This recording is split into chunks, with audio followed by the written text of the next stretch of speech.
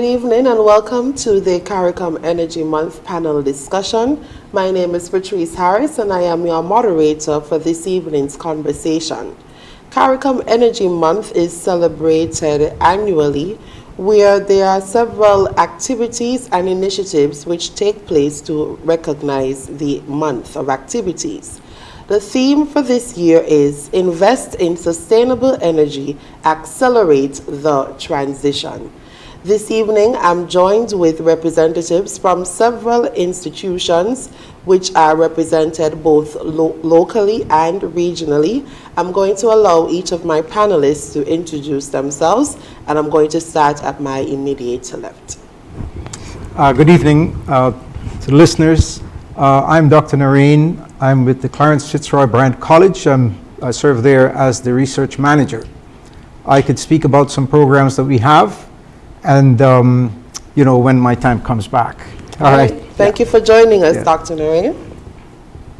Hi, good evening, everyone. And my name is Avery Mascoll, and I represent SOL. And we have many businesses under our name SOL, but tonight I represent as well SOL Ecolution, where we're responsible for energy transition within the business. All right, lovely to have you on the panel this evening as well, Avery. Thank you. And good evening, listeners and viewers of ZIZ. My name is Eberna Whyte. I'm the country head for CIBC Caribbean's operation in St. Kitts. I am 17 years at this institution and worked in several territories as a corporate manager and country head. I look forward to this discussion, very important discussion, as we look forward to enlightening our audience, and if not enlighten, but inspiring our audience to look towards the future of the renewable energy transformation in our Caribbean countries. Thank you for joining us as well, Eberna. Each of the individuals here this evening represent organizations who are playing a pivotal role in the energy transition that is currently taking place in the Caribbean and to some extent in St. Kitts and Nevis as well. We're first going to speak about some of the benefits of the energy transition and investing in renewable energy, particularly because there's often widespread skepticism about investing in renewable energy. So we're going to first speak about some of the environmental and economic advantages or benefits that Caribbean countries stand to gain when investment is made in renewable energy. I guess that question is to me, so I can kick it off. And if you are in St. Kitts, just like I've been, it's been really hot, right? And traditionally, this is the time when things get cooler, but you could see definitely that global warming is seriously impacting our countries. And that's a major, major possibility of challenge for us. It affects the fishing industries. It affects the way we do business just by global warming alone. And that's something that we definitely need to pay attention to. So there definitely is an impact on the environment where renewable energy will be a benefit to the Caribbean. And that would also affect the globe as well, because obviously if we play our part, and the sun is free, so why not use it? Also, we have lots of wind, and there are many, many resources that we have, but they are untapped. And at the end of the day, using traditional means actually has a negative impact because global warming is significant. It impacts our plants, impacts our livelihood in many different forms. So it definitely is something of importance to pay attention to. You spoke about the environmental benefits, of which cannot be understated because we continue to see the damaging impact of global warming throughout the Caribbean region, and particularly we see water shortages, droughts, we see more intense hurricanes, we also see extensive flooding. We recognize that we have a hotter time period, and it's now Christmas time, and as you mentioned, it's still hot.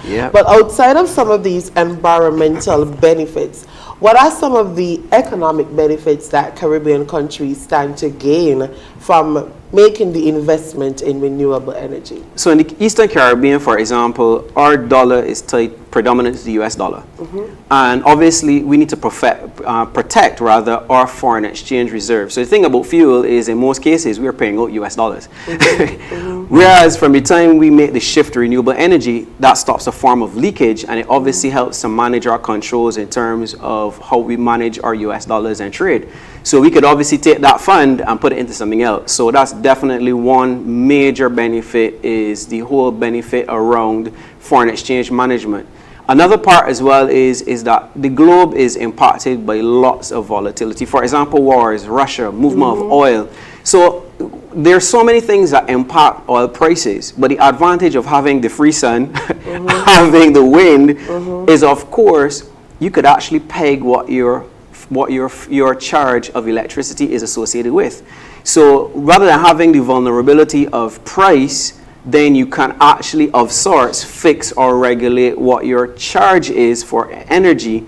And of course, that's a benefit. Bankers benefit, people benefit, economists benefit, because you have less fluctuation. So that's definitely a big benefit as well from an economic perspective. Thank you so much, Avery, for highlighting it in the way that you have. I'm not sure how many persons tend to align it in the way that you just did, and it's very important. I think people mostly think about the cost of energy being lower when the investment is made in renewable energy, but we have to think about that component with trade as well. So thank you for bringing that up. Are there any other panelists who want to chime in to speak about some of the potential benefits of investing in renewable energy? Yes, I would like to add that, and just to elaborate more on Avery's point, taking it home to the consumers, how many of us have experienced rising costs of electricity through our bills? When we invest in renewable options, we get to hedge this and protect our, the cost of our bills, or the rising cost of this utility. So it is definitely something that consumers can consider in protecting their finances as well. We tend to recognize sometimes when the conversation about investing in renewable energy comes about, there are several debilitating factors that are placed on the table as to why this might not be as successful as it should be. But let's speak about some of the challenges that we tend to hear or that are recognized through the implementation of renewable energy. What are some of the challenges that tend to be prohibitive for the implementation of renewable energy? When I answer questions, I like to provide context, right? Certainly. So we've had years of infrastructure with reliance on fossil fuels. So many of our industries are built around that. And in addition to that, the policies are also built around that. And the dilemma always comes, what do you invest in? So for example, SKELEC, for example, they have lots of engines, and they probably are coming a time where you need to replace them. The question is, do you replace them? What do you replace them with? And while going through that whole decision process, time is actually ticking, and then you could probably have a maintenance crisis. You have to make decisions, etc. So the biggest challenge that is faced is timing the transition, as well as figuring out what to transition to. Because one of the other dilemmas that happens is that there is still a relatively young technology in some of these things. Materials are changing, systems are changing. So while the renewable energy is attractive broadly because of some of the benefits I would have spoken of before, at the same time the industry is changing, and the question is, what do you do? So I think a lot of the challenge is around how do you invest, what do you invest in, and how do you time that. So I think that's a big challenge that decision makers face when it comes to the transition of energy into renewables. So definitely the timing, as you would have mentioned, Avery, is very important, and we know that there's often the big conversation of what is the right mix. What is the right mix of the traditional sources as in addition to the renewable energy sources, and that is still a battle. I know that many countries are very opportunistic about getting as much renewable energy as possible in very quick timing, but that often does not materialize in Right. the way that they would. And some of the prohibitive factors, in addition to time, is cost.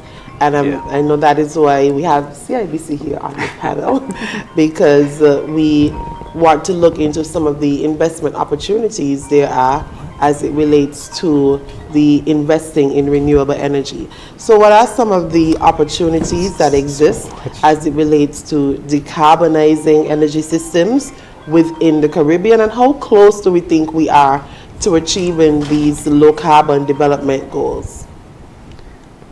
I guess quite a few of these are targeted to me. So lots of policies have been established in the region and targets, you're correct. But in a lot of cases, we're quite behind. And some of that has to do with, as I said, the whole dilemma of how do you do it. And there's a big economic component as well that we need to manage, because when you invest in equipment, you need to have return on investment. It needs to make economic sense for everybody. And that's one of the big challenges that is faced, figuring out how the economic works and putting policies and incentives to kind of stimulate that growth. So it's a bit of a dilemma because, as I said, we've been transitioning from an industry or industries that have been based on a traditional source for so many years, and we're going through that process at the moment. So I think that's where the challenge is, and where the focus needs to be. How do we establish policies that create incentive but also drive economic benefit that would make it make sense for everybody? The economic benefit, we can imagine, should be one of the largest and motivating factors as it relates to investing in renewable energy. And we understand the challenges that exist. So I'm happy that we're here having this conversation this evening. CARICOM certainly has recognized the importance of investing in renewable energy, and as such, that is the reason why the theme for this month is speaking about this investment in renewable energy, so that we can accelerate the transition towards having more renewable energy, having the right dynamic mix that will definitely serve as beneficial to many Caribbean countries. If you look at many of the countries, there are major challenges in the energy sector, and being able to provide reliable energy throughout the region remains a #1 priority. So it's not endemic to any one island in particular, but collectively we recognize that there has to be some investment so that we can move away from these traditional sources of energy and be able to invest in more renewable forms of energy. So I'm happy that we're having this conversation this evening, and we're going to continue to dig deeper into these conversations, and I'm going to introduce a very small break before we come back.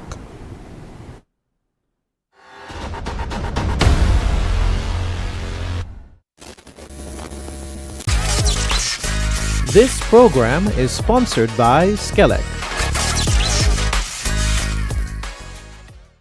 We know there are moments when life just doesn't go as planned, and our days pretty much takes us where it wants to.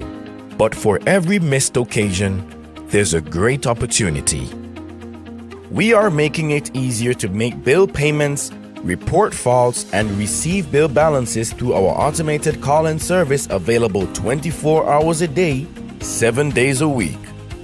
Simply call 465-2000 and say or press 2 to access our automated customer service system. Say or press 2 to make a payment via credit card.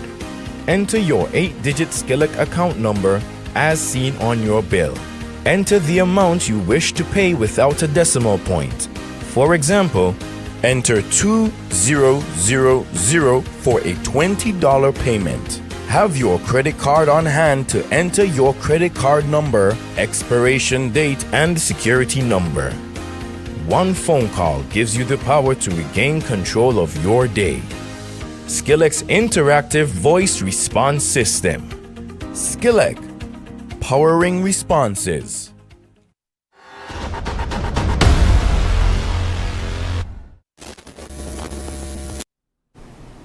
Thank you for staying with us For those of us who are just joining, this is a panel discussion in observance of CARICOM Energy Month. And this evening we have been discussing investing in sustainable energy, accelerating the transition. I am joined this evening by representatives from SOL, the Clarence Fitzroy Bryant College, as well as the CIBC. And these panelists are providing their contributions and input to this very important topic that we're discussing this evening as it relates to renewable and sustainable energy and the transition. Before we had our break, we were speaking about some of the challenges and of decarbonizing our energy systems and some of the benefits that Caribbean countries stand to gain from investing in renewable energy and energy efficient technologies.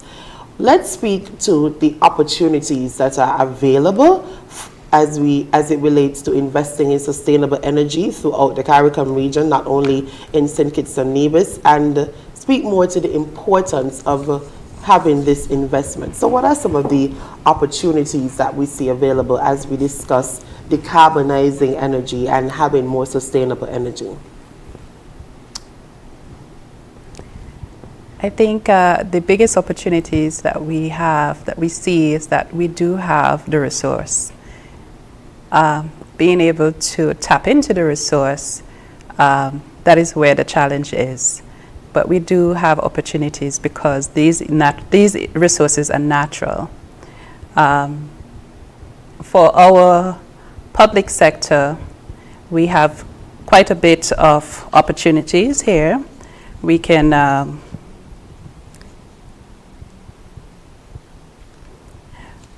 look at improving our policy and regulatory clarity around the sector. Mm-hmm. We can improve financial conditions of utility companies to increase revenue generation and make them more financeable. We can include developers in technical assistance programs to ensure that them put together can contribute to attractive projects. Improve access to financing through blended structures with various sources and types of capital for funding projects.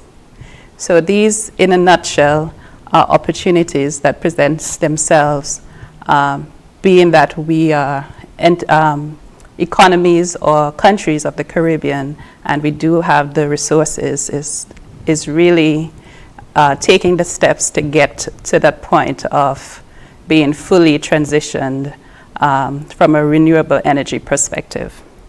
I like the points that you would have highlighted, Eberna, and I know that the energy units have been very hard at work, this year. There is a lot of research that is taking place, a lot of engagement that is taking place, especially as it relates to the necessary regulatory changes that need to take place in order to make this a reality in terms of investing in the sustainable energy. It's not something that will happen overnight. We recognize the challenges as well, as I would have mentioned earlier, that the utility companies faces, especially as it relates to profitability and being able to provide reliable electricity throughout the Caribbean region. I know that is a priority for them as well. So we're going to speak more to private sector entities and the role that private sector entities can play in sustainable energy. So Avery, I want you to speak more to this SOL Ecolution that you are here representing this evening, and more so because I know it might be a bit confusing to some persons that SOL is, you provide fuel. So yeah. What is this dynamic, what is this mix, and what role can private sector entities play?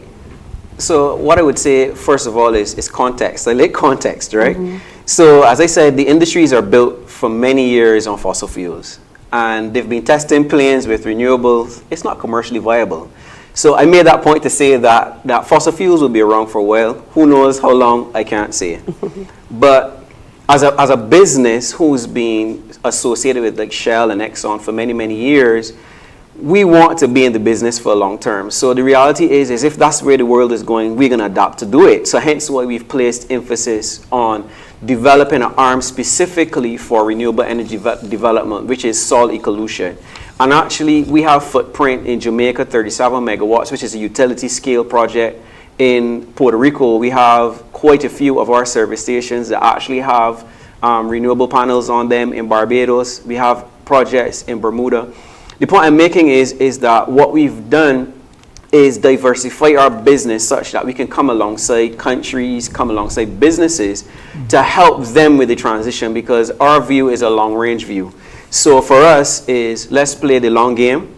Let's work with government. So for example, I do recall when I was studying, I would hear things like public-private partnership, and that was academic discussion. Now I'm working in a business where we come alongside governments and we say, look, let's do this for 25 years. Let's help you transition. And companies like ours, what we've done, we've made ourselves flexible enough. If you want a turnkey project, we can provide that for you.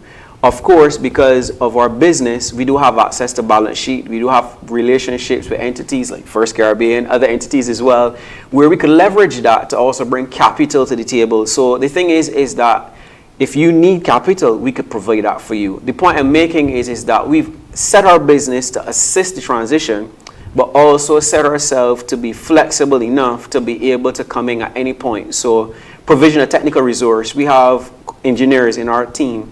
We have legal people in our team. So we've actually built a business to support transition, and we can do it at any point in time in that transition. So willing to work with partnerships with governments, willing to work with private entities, because we know that that's where it's going. When it's going to happen, we're not sure, but here to support.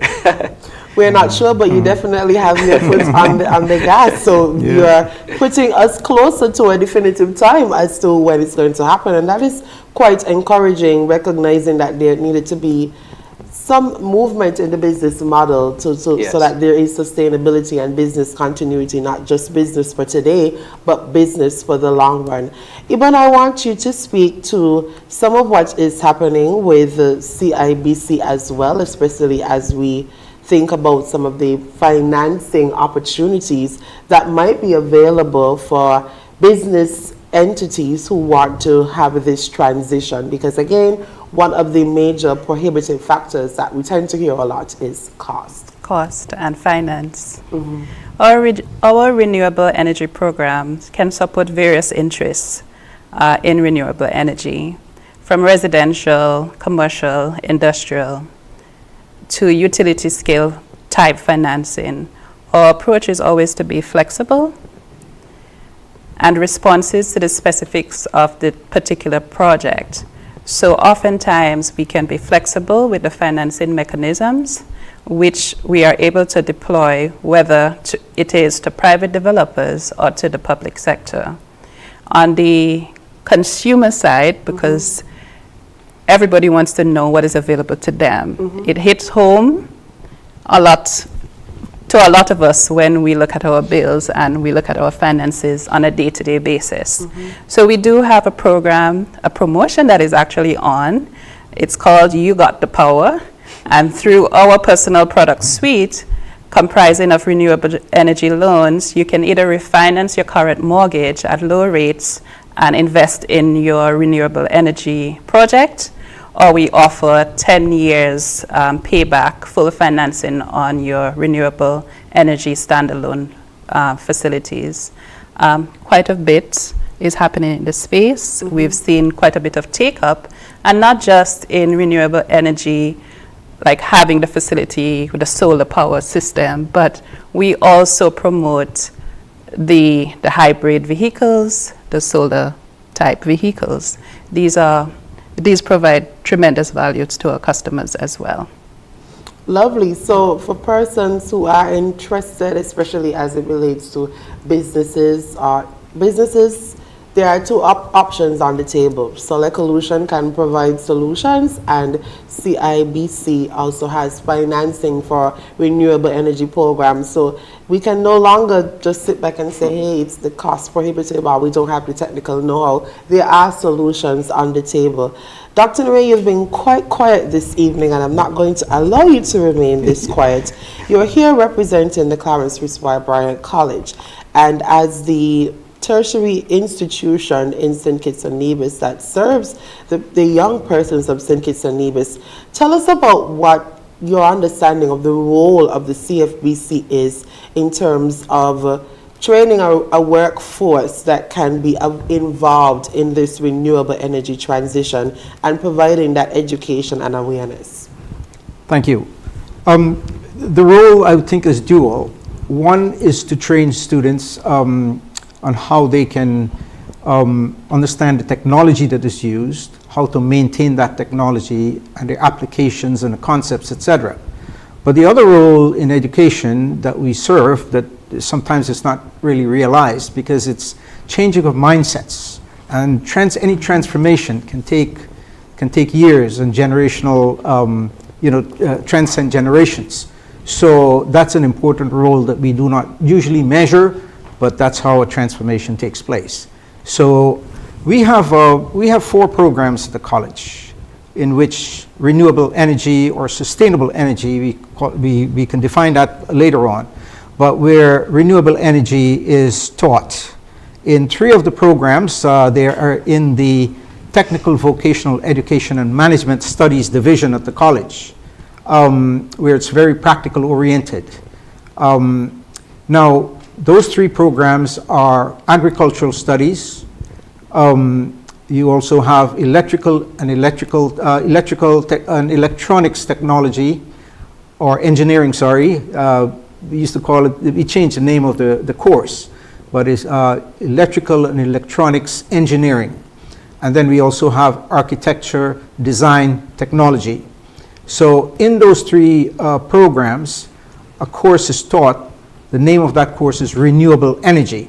And in there they would learn the concepts and their applications to the various disciplines.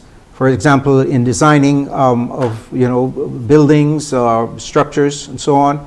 You also have where electrical and electronics engineering, they would learn how to actually build systems or how they are built. They may not build them, but to understand how they are built and to produce energy. And in agricultural studies, how that could be used in agriculture, different forms of agriculture. Now the 4th one is environmental science, and that is at the Caribbean Advanced Proficiency Education level. These are all programs at the associate's degree level, by the way. And in there we have 1 module out of 6 over a 2-year period to get that degree, and it's in the sustainable use of energy. Now, this now brings us to the concept of sustainability, because there are generally 3 objectives, and they are, I would say, social, economic, and environmental. So we look at them in the form of in an interdisciplinary setting, so that the concept of sustainability is achieved with those 3 objectives. So it's not only about the technology or the science of it, but also how it affects peoples and their lives, communities, and also how they can build their livelihoods or reduce the cost to families or individuals or businesses and so on. So that's how we look at that. Now, we also did, well, let me say this first. In those programs, it might sound like we are doing a lot of practical work. To some extent, yes, and we have student-based projects, and in many cases I like to call them action research, where the students get involved in practical work or demonstrations, and they all have a project they would do. They don't all have to choose this topic, because there are other topics they can choose from. However, we had a program some time ago. Well, it's a project. We call it a program because we did some training through that project. It was funded by the Organization of American States, and that project was on sustainable transport solutions. It was actually presented here at a forum, but it was also presented in Guatemala and I believe in Antigua, the same concept, and it was well accepted. That we were able to develop a program where we were able to make recommendations to the physical planning department at the time on how we can transform the transportation system to go in a more sustainable in a more sustainable manner. Dr. Naraine, I'm going to ask you to stick up and right here. We're going to take a break, and when we come back, we will continue to discuss the Sustainable Transport Solutions Program.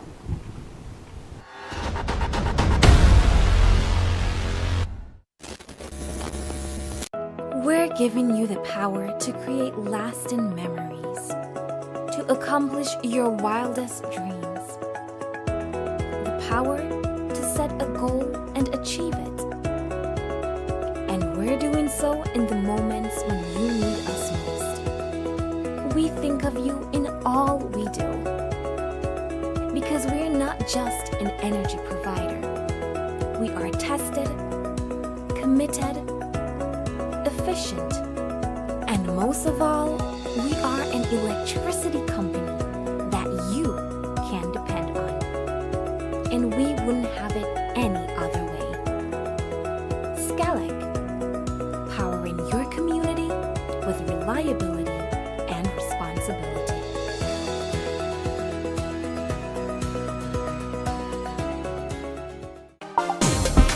SKELEC's Interactive Voice Response System, a new 24-hour automated call-in service. Access it now at 465-2000 to report faults, receive bill balances, and for the first time ever, you can now make bill payments over the phone 24 hours a day, 7 days a week. Access it now by calling 465-2000.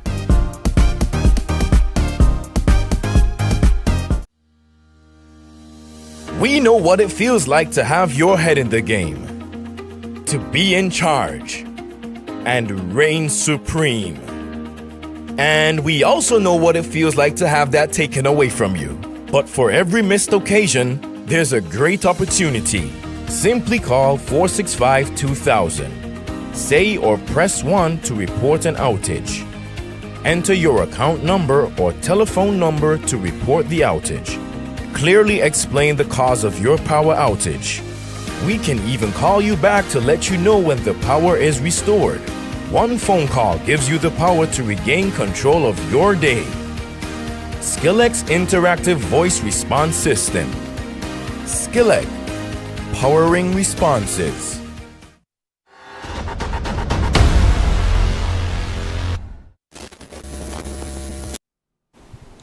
Thank you for staying with us. You are tuned into the CARICOM Energy Month panel discussion, where we have been discussing the theme, Invest in Sustainable Energy, Accelerate the Transition. I am the moderator for this evening, Ms. Patrice Harris, and I have with me 3 panelists representing Ecolution, CFBC, as well as CIBC. Before the break, Dr. Naraine, representing the CFBC, was speaking about some of the programs available at CFBC where the students are involved and being prepared for the different opportunities available for this energy transition. And he was speaking about the Sustainable Transport Solutions Program, so I will allow him to continue. Thank you. Okay, so with that project, it was mainly to gather data and develop a proof of concept and maybe introduce some solutions for traffic congestion relief management. So because we know that many of the developed countries, the urbanized world, we will call it that way, that they now are trying to have a lot of policies to reduce pollution and traffic congestion, which go hand in hand. And even though we are a small country and we are not so urbanized as they are, the rate at which we are becoming urbanized, not only in St. Kitts and Nevis, but in the Caribbean and Latin America, is at an alarming rate. It's very rapid, that people are moving away from, or they're migrating from the rural areas into cities. And this creates more traffic. It creates more traffic, but in the developed world, we can learn from them that they are now trying to bail out of that. For example, in Los Angeles, there was a history where they had many railway companies, about 200 of them at one time in their history. But then there was a collusion between Standard Oil, Firestone, that sells tires, and Ford motor cars.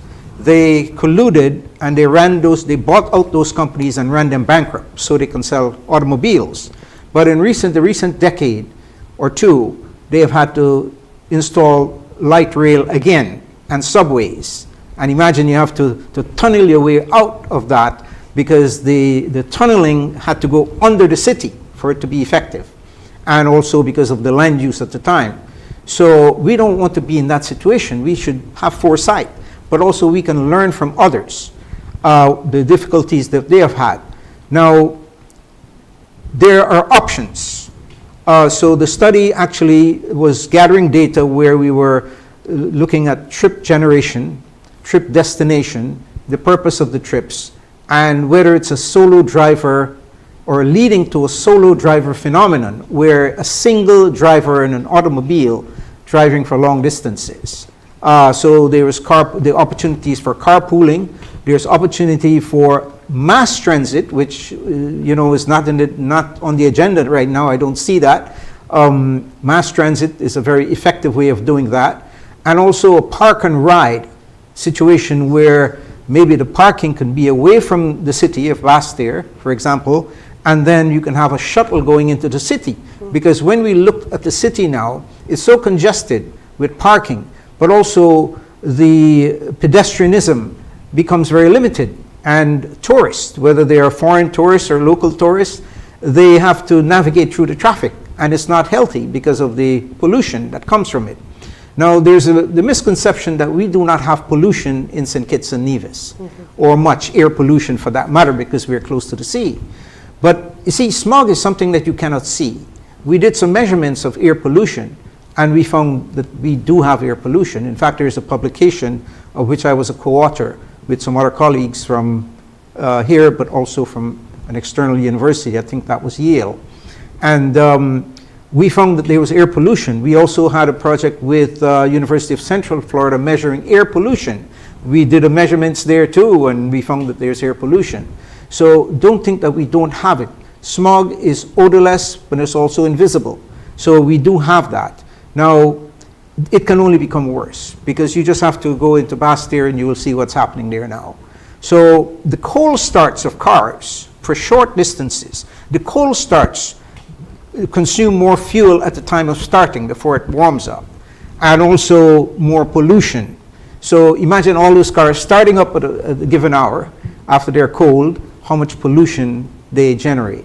So there are opportunities for that. And then also we had recommended a promenade in the town. So it creates more opportunities for social life and economic activities as well, because the more social life there is, the more consumers will spend and bring a more vibrant and lively city.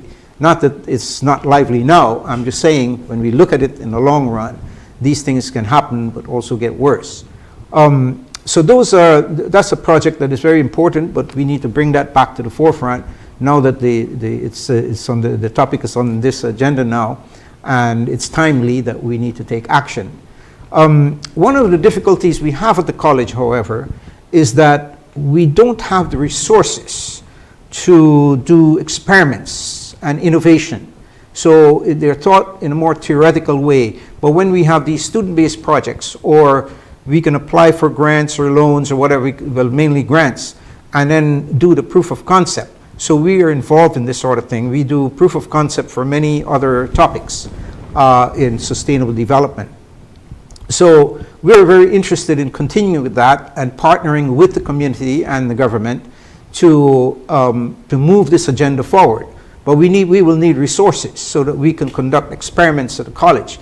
In those programs, they don't have the opportunity to utilize panels, generate the energy and see how they actually work, develop the proof of concept, and then test them in the community. For example, for homes, I think it could be tested. This is one of the things that I don't see happening a lot, is that some resources and benefits can be had with examples on, I would say, homes, family homes. I know some government buildings and some commercial enterprises are equipped with that to some extent, not to a large extent. But homes, I think, because of the distributive nature of solar energy I think is an opportunity for more people to produce energy that they consume. There is the issue or a policy with the grid that has to be sorted out, but it doesn't mean that people cannot or consumers cannot produce their own energy in homes. So we would like to participate in this and scale it up. We would like to do the experiment, the proof of concept, and then replicate it.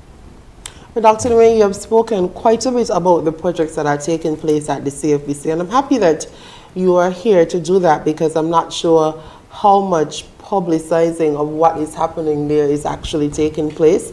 And we know in order to have any successful project, it has to be driven by data. And that is why research is important. So we hope that we continue to see more research as to what is taking, the different phenomena that are taking place in St. Kitts and Nevis throughout the region, so that we can better guide the conversation and help to move persons away from that high level of skepticism that they have about whether or not this can work or whether or not it's going to happen, towards recognizing that there is a need to actually invest in renewable energy so that we can have that transition.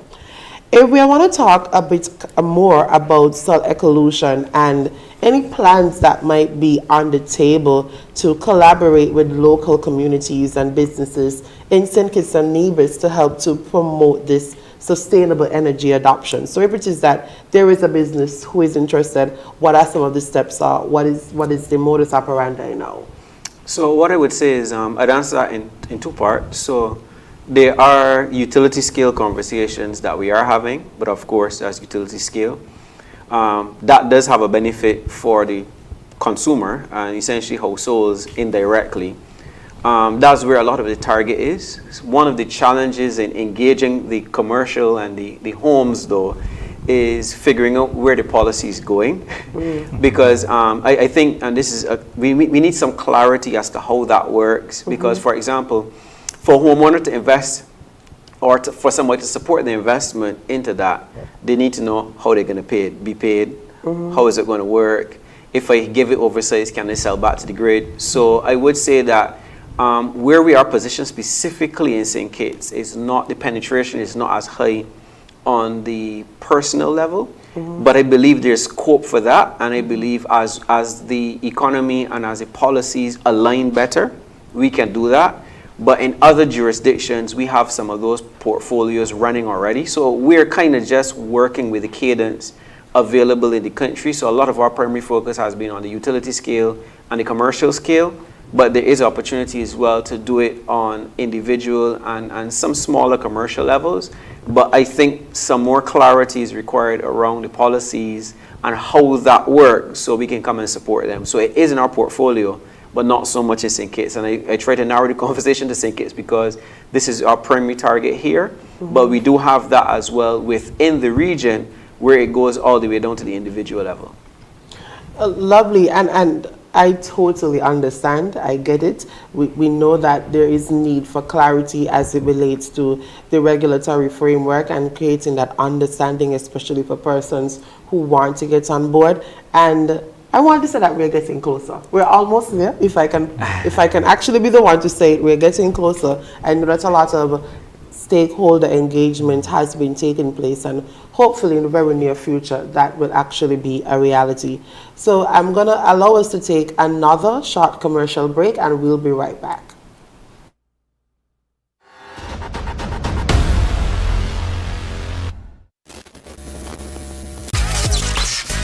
This program is sponsored by SKELEC.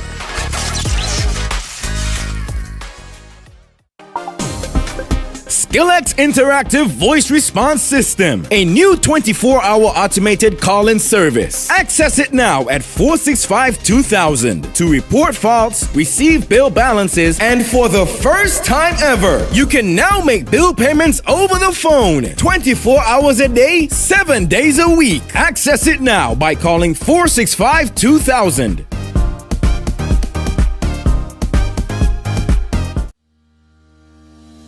We know what it feels like to have your head in the game, to be in charge, and reign supreme. And we also know what it feels like to have that taken away from you. But for every missed occasion, there's a great opportunity. Simply call 465-2000. Say or press 1 to report an outage. Enter your account number or telephone number to report the outage. Clearly explain the cause of your power outage. We can even call you back to let you know when the power is restored. One phone call gives you the power to regain control of your day. SKELEC's interactive voice response system. SKELEC, powering responses.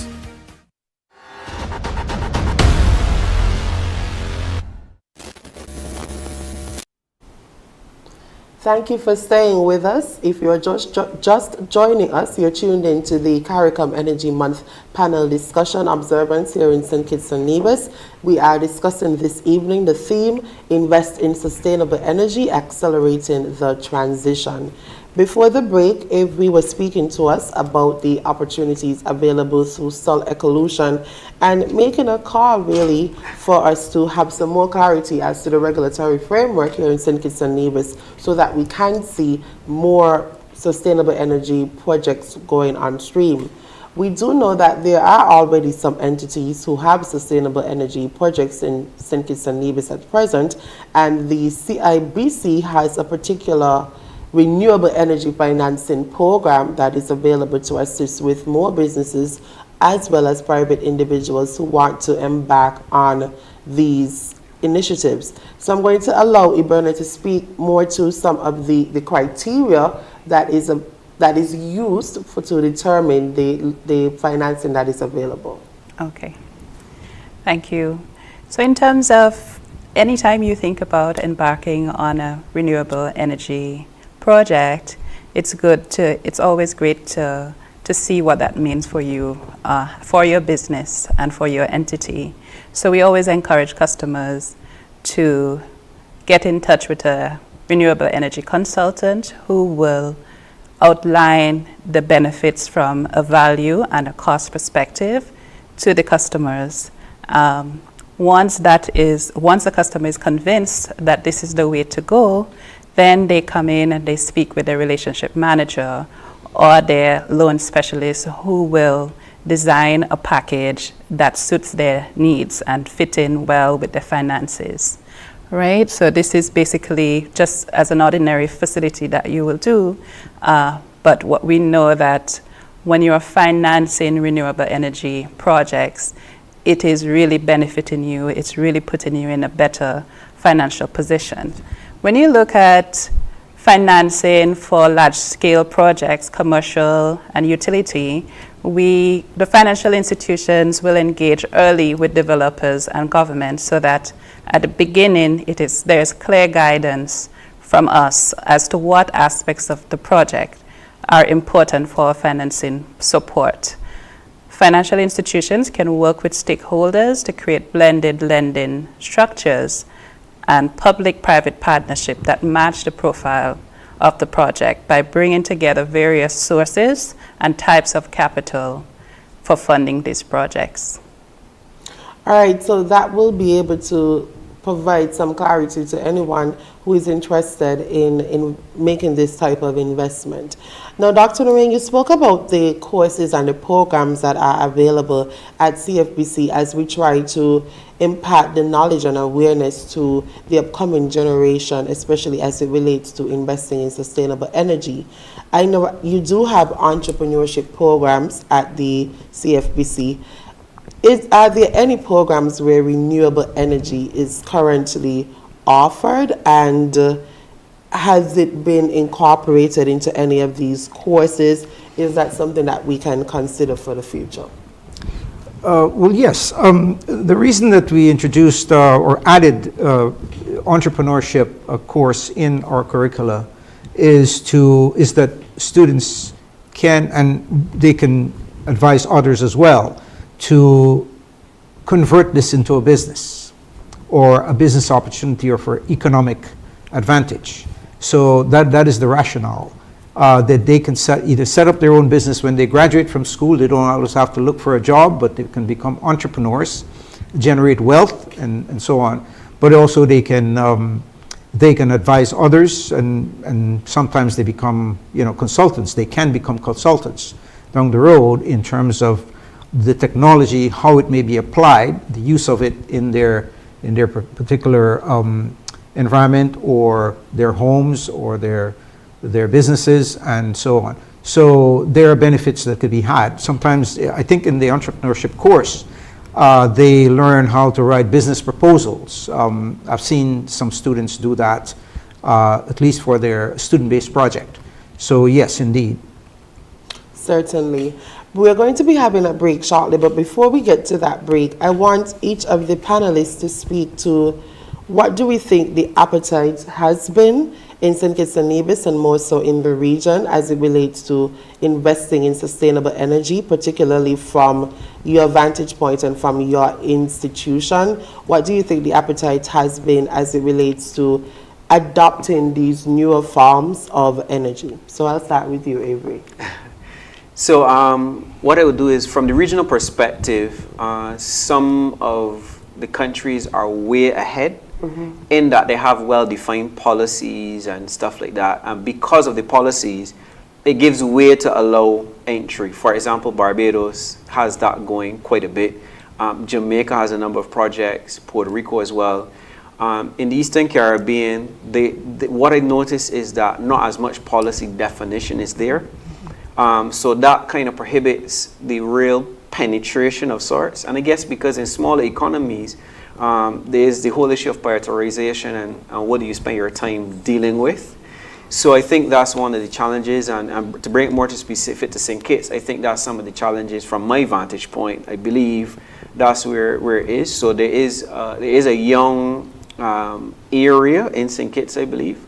But that's not necessarily a bad thing, because the first to market sometimes have better opportunities. But by being second to market, you get to see all their failures. Right? So to some extent, some people would say, well, we're not there yet. And I would say that use it to your advantage, right? See where people have failed at utility scale projects and the dilemma that they have, which I wouldn't speak to those issues because it's not for me to expose the issues other countries have, but do your due diligence. Figure it out, and then it gives you opportunity to learn. So I think that's the approach that I would take to it. So even though I don't think St. Kitts is right in the top tier in terms of penetration, I think there is a lot of opportunity there that can be capitalized, both from the perspective of learning from others, as well as the fact that you have the ability to now set your policy to suit your demand. So Eberna, with the renewable energy financing that is available at CIBC, what would you gauge has been the appetite so far here in St. Kitts and Nevis? I think from my experience, the appetite or the awareness of that trajectory, what it can do, how we can really revolutionize persons' finances, even from a business perspective, has not been tapped in. So what we are doing as relationship managers for our clients is having that conversation. When we review financials and you look at the energy costs for individual clients, we then have the conversation. Are you exploring this? You're building a new home. You have a concrete roof. Whatever the roof is, have you explored this? We always include this conversation in our everyday discussions with our clients. Thank you so much, Eberna. Dr. Naraine, we're going to allow you to provide your contribution after this break that we have coming up. So thank you for staying with us. We're going to have a short break and we'll be right back.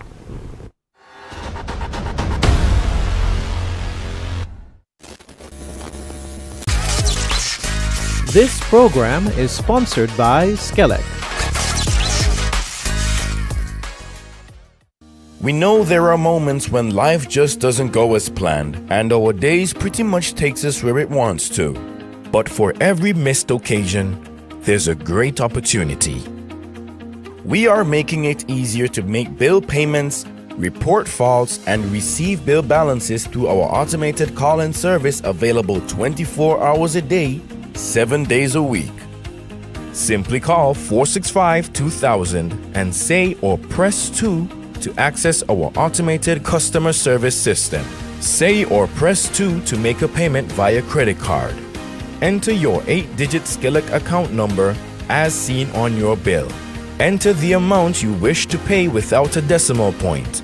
For example, enter 2000 for a $20 payment. Have your credit card on hand to enter your credit card number, expiration date, and security number.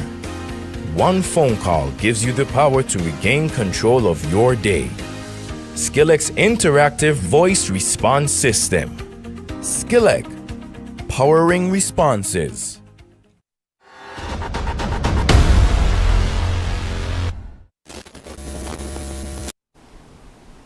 Thank you for staying with us. We're almost at the end of this panel discussion this evening, where we have been discussing investing in sustainable energy and accelerating the transition.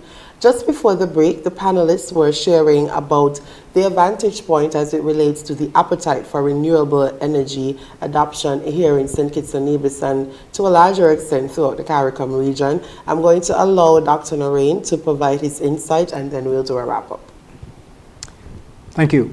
I think the opportunity for the college in which we can play a greater role in this transformation or transition, as some of us say, is to have some resources where students can get more into innovations, because we can teach the theory, but they still have to be, go to a site or a company where they have this, the laboratory or the equipment or the setup there already to learn from that as demonstrations. But we can participate more in innovations. Now, we also should not only think about producing the energy to turn into electricity. We can also look at a concept of reducing the need for that. For example, I know in Barbados, for example, and St. Lucia, those are a couple examples where there's so many homes that are equipped with passive solar water heaters. And that is an opportunity. Farms can do the same thing. For whatever they may need, they can, if they need the hot water to do some processing, like if they were slaughtering chickens or whatever the case may be, or washing certain fruits or vegetables and they need some warm water, they can generate that kind of energy. So it doesn't necessarily mean they have to turn it into electricity first and then utilize it. So we would like to do more of that. But one of the things that I would like to see us do at the college is to incubate these entrepreneurs, potential entrepreneurs, because teaching them entrepreneurship is one thing, but to actually become entrepreneurs, this is an opportunity, and this is a concept that is now going to take off. And we talked about learning from others' mistakes, and we call that the theory of backward development. The newer we on the scene, and it's a term that is used in geography, the philosophy of that subject. So there are opportunities for that, and then they can be an agent of transformation by actually going out in their own business and consultancy, go out and install these systems and gather the data analytics to show people how much they are saving in real time. That we'll definitely encourage that. We'll definitely love to have more of our young persons involved in entrepreneurship, in renewable energy entrepreneurship. We're almost out of time, unfortunately. We've been having such a great conversation this evening, and we hope that we have been able to pique and encourage more persons to get more information, to create a heightened awareness as it relates to sustainable energy throughout the CARICOM region, and hopefully we'll have next time when we do have conversations, we'll have some more substantive examples throughout St. Kitts and Nevis, especially as it relates to the energy transition that is taking place. So I want to thank my three panelists this evening: Mr. Eberna Whyte, representing CIBC, Mr. Avery Mascoll, representing South Ecolution, and Dr. Leighton Naraine, representing the CFBC, as well as all of the other entities who have been involved in organizing this panel discussion this evening, which is the Energy Unit from the Ministry of Public Infrastructure and Utilities et al., as well as SKELEC. Thank you for tuning in, and we hope that you have enjoyed this conversation as much as we have. Thank you and good night.